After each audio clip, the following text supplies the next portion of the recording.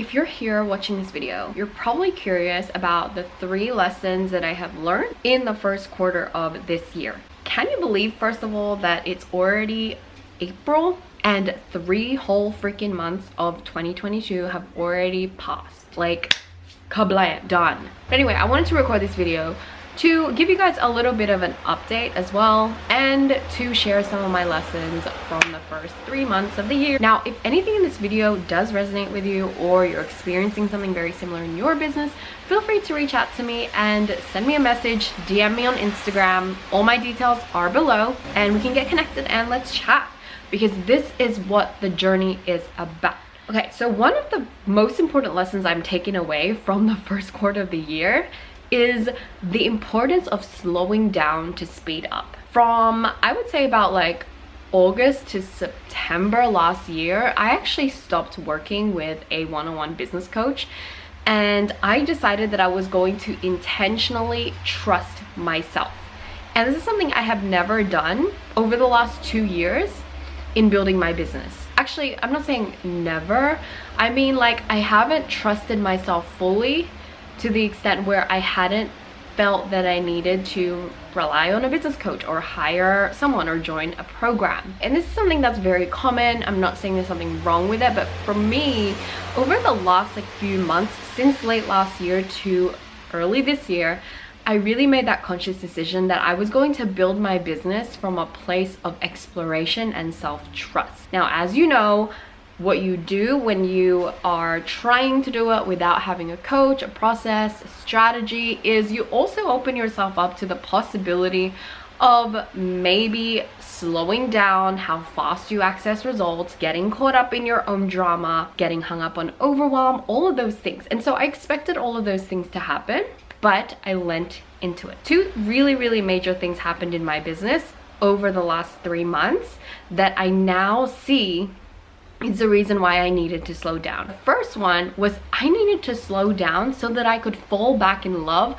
with what I was offering. Prior to becoming a business coach for coaches and selling an offer that teaches coaches how to market and sell their businesses, how to market and sell their coaching. Prior to that, I was actually teaching people how to use social media, how to stand out on social media, and how to get clients through social media. This was the niche that I was in. I was still a business coach, but I was like primarily helping people with that. And I had a course that I had built, and I had spent the first 1.5 years of my business building journey literally creating this course and validating it and taking people through it. And then I came to a realization that this was not what I loved to do. And so when you get to that place where like what you've built is working for you and it's successful, why change it, right? But for me, there was just such a disconnect in that I didn't feel passionate about what I was doing. Like, sure, I could help people with this and get them results, but I didn't feel passionate or committed to getting this offer out to the world. I felt like very like blasé about it, if that's even the word. So what I went to work on was building an offer that I actually did love. And you know what? A part of me wanted to actually take that initial course, the one that was already complete, and just like make tweaks and refine it. But I made the business decision that I wasn't going to do that, because my thoughts about this offer would come with it, even if I were to make changes and repackage it as a new thing. I would have all of these attachments to this old offer that just weren't gonna serve me. And that's not gonna be the case for you if you do decide to create a new offer or refine your existing one so that you are clean about it, you do believe in it, and it is the offer that you absolutely love and can sell over and over and over again. But I just think for me at that point, I really just wasn't in that place where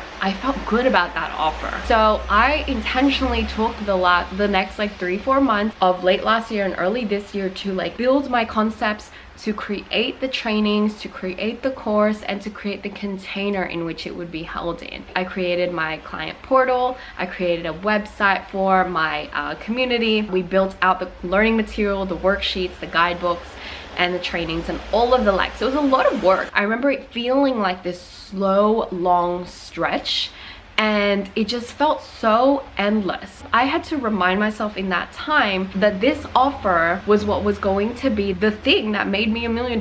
Like when I look down the line and I think of like what I want to do as a coach and the influence I want to have, this very course, this very offer is the thing that's going to get me there. And not only that, it's going to be the course or the program that coaches from all over the world are gonna make money with. On the days where it was hard, I just continued to ingrain that into my system. And eventually I got it done, but it did take a lot of time. And so that taught me to slow down. But now, looking back at it, I have enrolled students into this program. By the way, if you are wondering what it is, it's Coaches Accelerated, my business, marketing, and sales program for coaches. I have enrolled students from all over the world into this program, and I have had no drama whatsoever in marketing it, in selling it, in charging for it. And this is something I never thought I could ever feel about what I was selling as a coach. Because for the first 1.5 years of my business being a brand new coach, I was constantly in imposter syndrome. I was constantly unclear about my offer, and I was constantly changing things about my offer. I would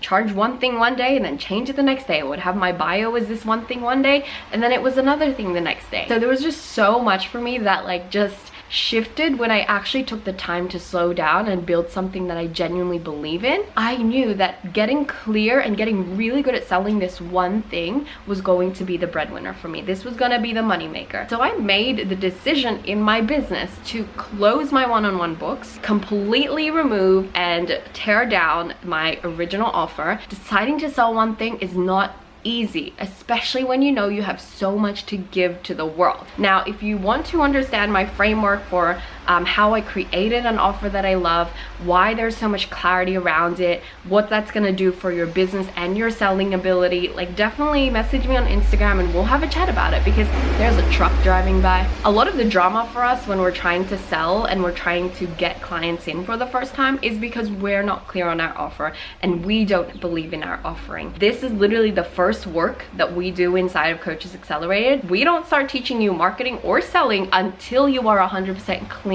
about your offer and what you're putting out there in the world. You might think that you're clean and clear, but if you're struggling to market and sell, then there's something going on that's got to be cleaned up. And so if you are curious about that and you want to know what I did, just shoot me a message on Instagram and let's chat. So another lesson for me that I've learned over the last month in relation to slowing down was like the importance of taking care of me. This is a lesson that I feel like I'm going to be learning and relearning as an entrepreneur, like forever and ever and ever. Lately, even though there's been success in seeing that people are actually interested in what I sell and clients are actually coming to me, the part of me that was so used to having to like hustle to convince people or to get clients, that part of me still exists. Because for the first 1.5 years of my business, that's how I operated. That's how I believed clients would come to me. And that was the only way clients came to me, if I messaged them first or if I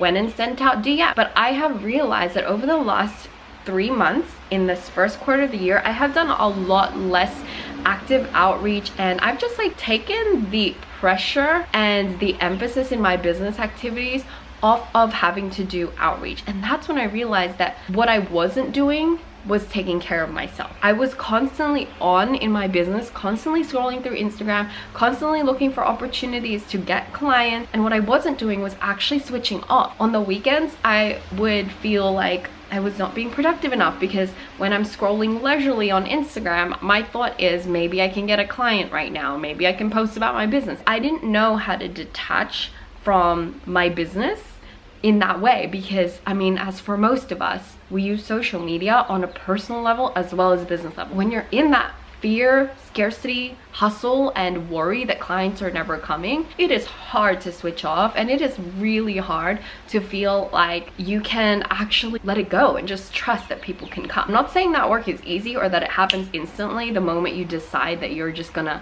be more trusting and that you're not gonna do anything out of scarcity. It doesn't just go straight away. It's something that you have to exercise and practice over and over again. But I just want to say, it's the work that I have been consciously doing in my own heart. It's really been a powerful, powerful lesson. Realizing that a lot of this stuff is programming from my childhood or programming from how I grew up. There are a lot of things that I do not just business activities, but like a lot of things that I don't allow myself to do because I just don't feel like it's acceptable. Being lazy or enjoying myself in the middle of the day. If you're at the stage in your business where you can like literally like rest in the middle of the day or in the middle of the week, you can go out and just like go shopping and like enjoy yourself. If you have built structures in your business to be able to do that and to switch off at a time that isn't quote unquote normal for everybody else in the working world, you're gonna feel a little bit of resistance. And for me, I felt a lot of guilt about like watching Netflix in the middle of the day or having a half day. I just felt so guilty and judgmental to myself about it. If you want to read more about my thoughts on it, I also launched a blog called Confessions of a Coach, and I share all of these thoughts with you guys, and it's juicy. If you guys like these kind of real, raw confession type things of what goes on behind my business, check out the description below, and there's a blog called Confessions of a Coach that you can read all up on. Let me know, does this resonate with you? Is this something that you guys feel too, or is it just me? Anyways, the final lesson I want to share with you is super simple. All right, are you ready for it? It's to not do the things you don't want to do. It sounds super simple, and it almost sounds like also counterintuitive. A part of your brain is always going to be like, what's next for me to do? How do I get to the goal? If I don't do anything, then I'm not gonna get there. But guys, I just want to tell you that is coming from a mindset and a programming that do is the only way to get somewhere. What if like not doing anything? What if resting, or what if choosing to listen to your body today was actually the way you were gonna get the goal? If the goal was promise, what would you choose to do? Because you don't have to do anything. Like, you don't have to be on Instagram, you don't have to be in your DMs, you don't have to post content every single day. Like, industry experts will tell you like, you have to do this, you have to do that in order to be successful. But what if like you just believed for a second that your result was guaranteed, and because your result is guaranteed, you just get to do whatever you want to do. You can just eliminate what you don't want to do. You can literally tell yourself like, we don't enjoy doing that. Why are we still doing that? And I want you to get curious about the things in your business that you're doing just because you think you have to, because if you don't, it's not gonna work. I want to invite you to explore it from a curious place. Again, not a judgmental place. You don't want to make yourself wrong. This is something that I had to learn and am learning right now. I tend to make myself wrong for feeling scarce, because obviously scarcity is unhelpful, but it's not wrong. It's human. So don't not allow it. Just be curious about it. Allow that emotion or that experience of feeling scarce to teach you something. Because when you start making yourself wrong for feeling scarce, feeling lazy, that means you're not allowing it. But the truth is, you're just human, and these things are coming up in response to something that you're thinking or feeling or just going through right now. Explore it and ask yourself like, why don't I feel like I can do this? Where could this be coming from? When did this get programmed into me? And do I even want to do this? If the result was guaranteed, would I still be doing this? Or do I just feel like I don't have a choice? Explore what is actually true. So many things